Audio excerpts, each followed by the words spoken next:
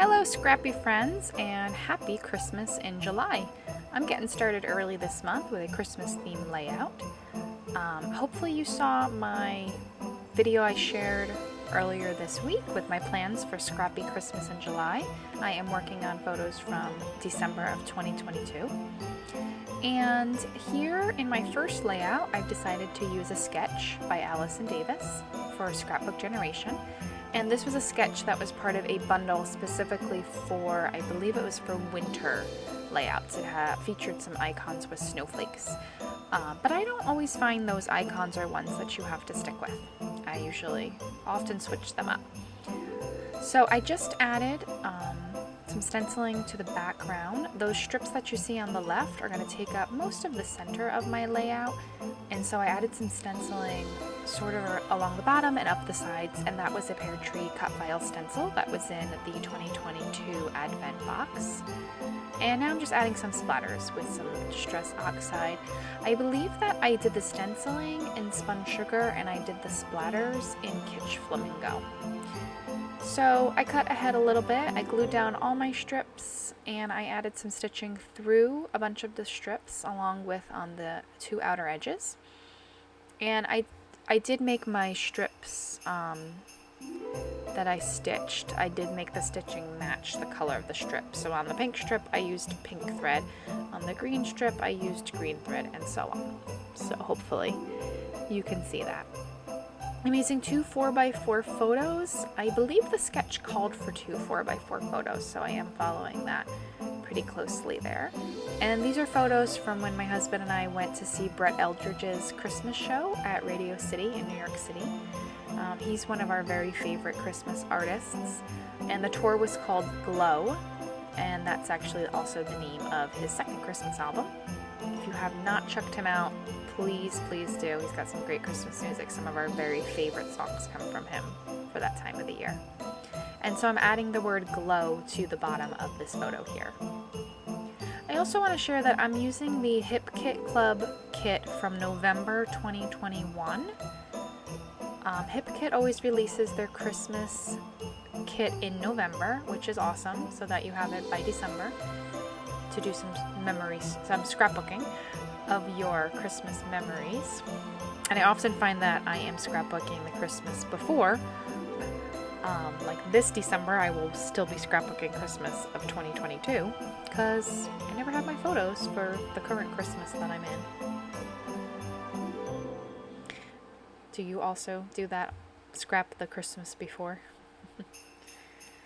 Alright, so one of the things that I really wanted to use up was a lot of my acrylic pieces that I have that are Christmas themed. And so right now I'm pulling out a bunch that are from Bramble Fox, but I end up not going with either of these. The red seems a little bit too dark for the color of red that's in this kit. There seemed to be a little spot on my photo sort of like by my neck, and I don't know what it was, and I was trying to cover that up. I couldn't get it off like with my fingernail. I end up placing letters sort of over that, but I don't think I actually end up covering it, and I don't even really notice it in the end. And I moved on to the Peartree box that I have all of acrylic pieces, and I pulled out those cute trees. Two of them come into the layout later on.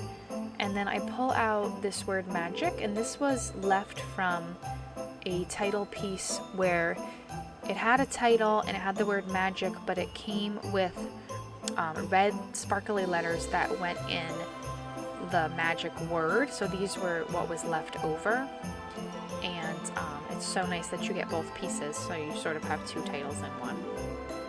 So I used up that pack. That was exciting. And now I'm going ahead and gluing it down. I bring out my T-square to make sure that I get it as straight as possible. And I like that title, Glow Magic, because the concert was truly magical. I loved it. I'm pretty sure he comes to New York City every year, so maybe we'll get to go see him this December again. That would be awesome. The chipboard pack had this little chipboard phrase. I think it says holiday songs. I can't read it from here. My screen is so tiny that I'm watching. Holiday playlist, maybe. And then this kit had all these chipboard flares, and so when I did the stitching on the sewing machine, I did not come all the way down to the bottom of the banners.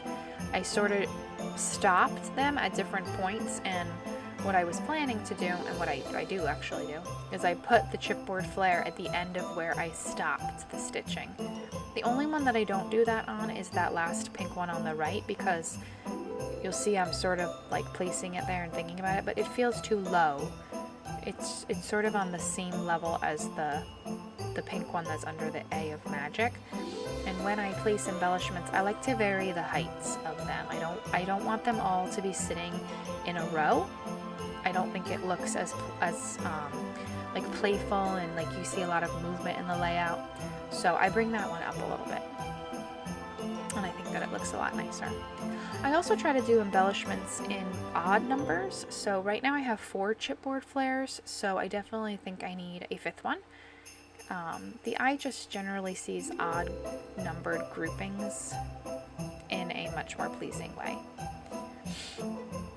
And then I think about putting one down there, but it just feels a little too busy.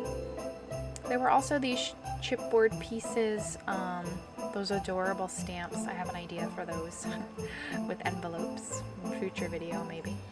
But I pull out the chipboard little flower pieces that are there. And I put those on. So I'm gonna let you kind of watch my process, enjoy the Christmas music in the background, and I'll be back in a couple minutes.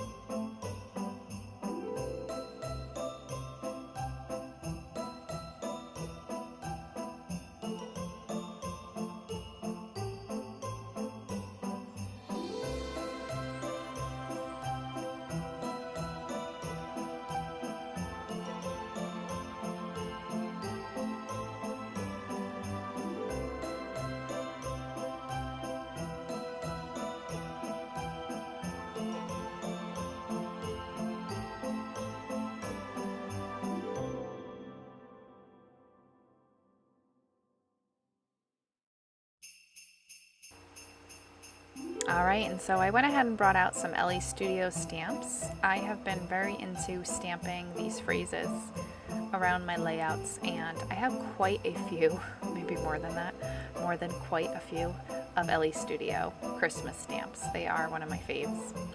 And so I'm taking some of the phrases that are on one of these 2 Christmas sets. I think one is Christmas and one is called Holiday, something like that. And I am 2nd and 3rd generation stamping them all around the layout in the same color that I did the mixed media. So I like that tone-on-tone effect. I think it comes out really pretty.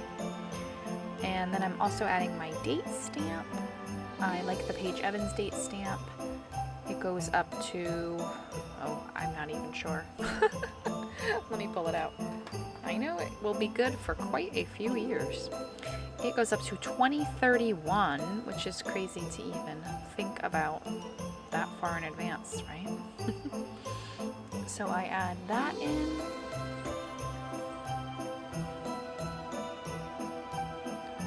And then I go ahead and I shuffle through the die cut pack and I pull out a couple little florals that I tuck around the layout. And I like to adhere them with glue dots because it gives you just a little tiny bit of dimension. It's not flat like glue would be or like tape runner, and it's not thick like a pop dot, but it gives a little bit of dimension and I do like that look. So I'm gonna leave you with some more Christmas music and you can see how the rest of this layout comes together. I will be continuing on with my Scrappy Christmas in July series. Next up, July 10th, you will see a layout coming featuring a cut file. So I hope you're enjoying this. I hope you like and subscribe to my channel. Leave me a comment. Let me know what you think. If you want to join me, I would love to have you on this Scrappy Christmas in July journey. Have a wonderful day. Bye-bye.